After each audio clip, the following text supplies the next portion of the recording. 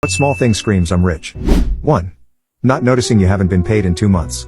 I work with some people that pull in $20,000 plus a month. We had one come in mid-March and said, "I don't think I've been paid since December." Sure enough, 2 months didn't pay out for some reason. He wasn't even mad and just kind of mentioned it like he was talking about the weather. If I miss a paycheck, I'd notice on payday. 2. Spend money if it saves you time. Time is more valuable than money. 3.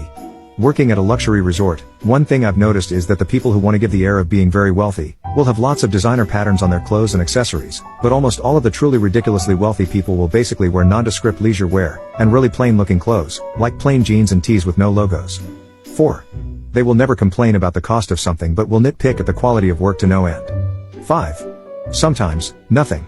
I know a man who's the kind of rich where it took him only a day or two to convert more than $1 million to cash, not physical cash, but the liquid asset, to buy one of his kids a house. He drives a rather beat up old Subaru, when he's not riding his bicycle instead. He wears jeans and polo shirts. His watch is a $200 digital watch, wouldn't bother wearing a fancy expensive analog watch, all they do is tell the time, what's the point? He's lived in the same house for 50-ish years. The only real tell is the air of total chill he has. He's not worried about much. Money insulates you from really a lot of stress. 6.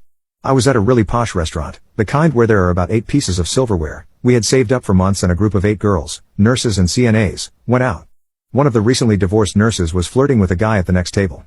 When we got our checks, he leaned over and tossed his platinum card on the table and said, "I got this." Like combined our tab was easily at least $1,000. 7. Having no clue what a gallon of milk should cost. 8. Not thinking twice, when making plans, about whether you can afford it.